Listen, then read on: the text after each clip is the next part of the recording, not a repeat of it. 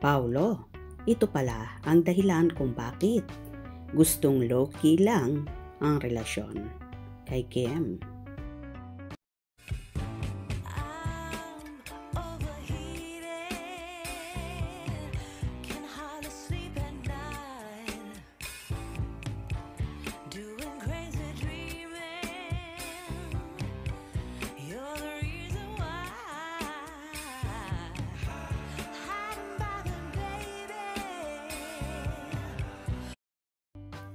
Masasabi ngang isang kapamilya actor na si Paolo Avellino na tagong-tago kapag nasa relasyon. Ano nga ba ang dahilan ng actor kung bakit gusto niya ay low-key or private lamang ang relasyon nila ni Kim Chiu? Unang-una, ayaw niyang ihalo ang personal life, lalong higit ang love life sa trabaho. Pangalawa, ayaw niyang maapektuhan ang kanilang relasyon, lalo kapag nagkakatrabaho sila, kaya mas gusto niyang itago na lang ito. Pangatlo, gusto niya talagang private ang kanilang pagmamahalan na walang makikisawsaw at makikialam. Nadidiktahan ka pa para bang alam na alam nila ang sitwasyon. Ilan lamang ito sa mga dahilan ng aktor kung kaya naman minsan binibigyan ng kahulugan ito ng mga funny o bashers na hindi daw tunay ang sinseridad niya sa dalaga dahil nga ayaw daw nilang aminin ang kanilang relasyon sa publiko. Sa totoo lang naman, si Kimi lang ang ayaw at ayaw itong isapubliko, pero si Paolo handa na at gusto na niyang isiwalat ito sa madlang people.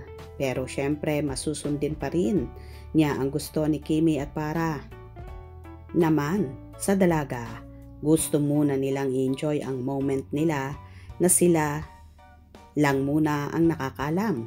For sure naman soon aamin na rin ang Kim Pao. Narito naman ang samot-saring reaction ng mga netizens regarding dito. Ako din Kim Pao, wala nang iba at ako naniniwala at nararamdaman ko na sila nasa totoong buhay nila. Kanya-kanya tayo ng paniniwala kung talagang solid kang Kim Pao. Nararamdaman mo ang feeling nila sa isa't isa. Kasi kayo puro hinala, hindi kayo tunay na solid Kim Pao. Basta ako Kim Pao kahit noon pa hanggang ngayon. Kim Pao walang iwanan. Forever na Kim Pao ako kahit anong mangyari, solid Kim Pao ako. God bless Kim Pao, I love you Kim Pao. Masaya ako kahit sa picture lang kita makikita at dito sa Facebook kasi matanda na ako, 79 na. Hindi na ako makabiyahing mag-isa. Bulag pa ang kaliwa kong mata. May katarata, malaki na ang kanan kong mata kaya stay at home lang ako. Merry Christmas Kim Pao, taga Antipolo, Rizal po ako. Mas mabuti yung low-key, tahimik, respectful relationship kaysa pinagsisigawan tapos maraming marites ang makikialam.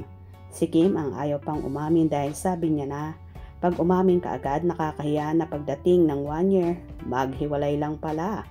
Ikinahiya ba ni Paolo maging girlfriend si Kim? Parang nahihiya siya.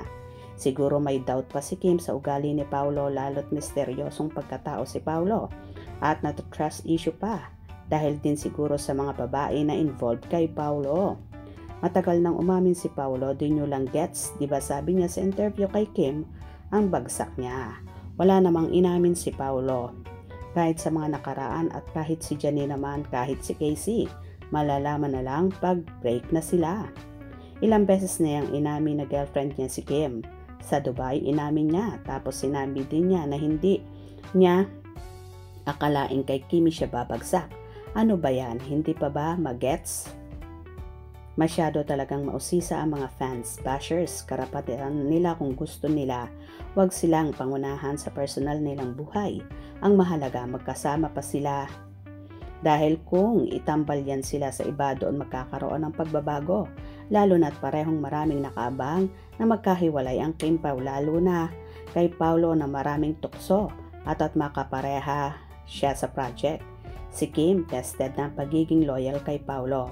Tiyak yung mga sobrang obsessed sa kanya, gagawa ng paraan to hook him. Paolo is a good catch dahil bukod sa gwapo, mabait at gentleman at financially stable siya. Mayaman si Paolo na isa sa dahilan upang siya'y hangarin ng mga babae.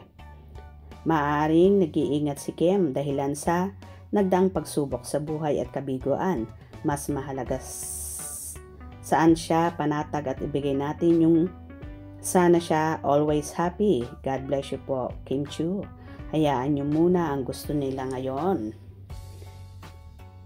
Agoy, ayaw. Love family. Kim said in Showtime na may mahal na ako. Si Kim ang ayaw pang umamin, marami pang naghihintay na Mr. Right kay Kim. The best ka talaga. Kim Pao forever. Basta ako panatag sa Kim Pao 15 years ngayon, hintay. Ngayon legit silang magkasama at comfortable na sila sa isa't isa. Kahit ako, kung akong lalaki, bakit mo papapakawalan si Kimi? Nasa kanya na lahat ang hinahangaan ng isang matinong lalaki. Hindi naman dapat showy ang love kung tunay. Hintayin natin ang pag-amin ni Paulo sa 2026 kasi magsasalita siya kay MJ. At wala na kayong paking. Alam kong sandan ng asawa si Kim, supportive lang si Paulo sa kanyang wife. Nothing wrong with that. That's very good. Hindi kailangan basta-basta maghalikan sila. Kim Pao forever, the best.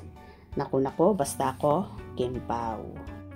So yun nga ang ilang dahilan ni Paulo kung bakit gusto niya ay low-key at tagulang ang relasyon nila ni Kim Chiu. Hope you enjoyed. Please subscribe for more info.